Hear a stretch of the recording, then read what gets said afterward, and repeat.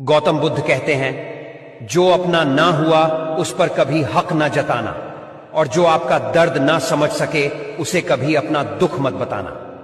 जिंदगी में सबसे ज्यादा खुश वही लोग रहते हैं जो अकेले रहने की कला को सीख जाते हैं। किसी को कोई फर्क नहीं पड़ता कि आप किन हालातों में जी रहे हैं, आपको खुद ही अपने हालात बदलने होंगे। नमो बुद्धाय। क्या मनुष्य भी भगवान बन सकता है? हाँ, लेकिन पहले समझो ये यात्रा एक जीव कीट पतंगों से शुरू करता है। तितली, मच्छर, चींटी जो बस जीते हैं पर सोचते नहीं। फिर आता है डर और हिंसा का संसार, सांप, बिच्छू, छिपकली, जहाँ जीवन सिर्फ लड़ाई है। उसके बाद मिलती हैं पशु योनियां, कुत्ता, गाय, हाथी, जहाँ सेवा, वफादारी और भक्ति का अंकुर फूटता है। और फिर बहुत लंबा चक्र पूरा करके मिलता है मनुष्य जन्म। ये एकमात्र जीवन है जहाँ आत्मा सोच सकती है, कर्म समझ सकती है और धर्म को चुन सकती है। अब सवाल ये है, क्या यही मनुष्य भगवान बन सकता है?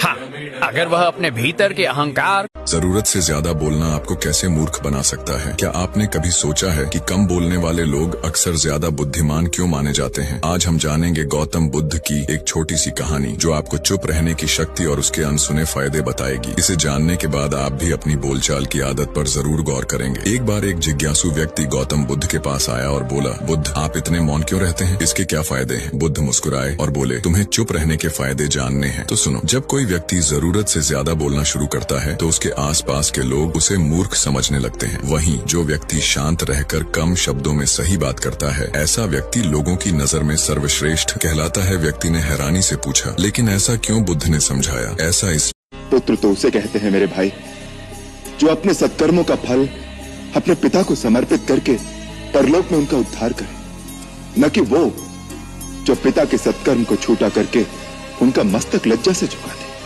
मैं तो केवल इतना ही जानता हूं कि पिताश्री के परलोक सिधारने के बाद उनके वचन का पालन करना एक पुत्र के लिए संसार के सब धर्मों से बड़ा धर्म है। ये कलयुग है, सबसे बड़ा युग। यहाँ हर इंसान अपने स्वार्थ में अंधा है।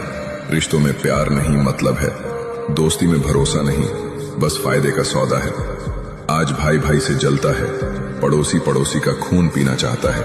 इंसान इंसान का दुश्मन बन चुका है। लोगों के दिलों में दया नहीं, लालच है।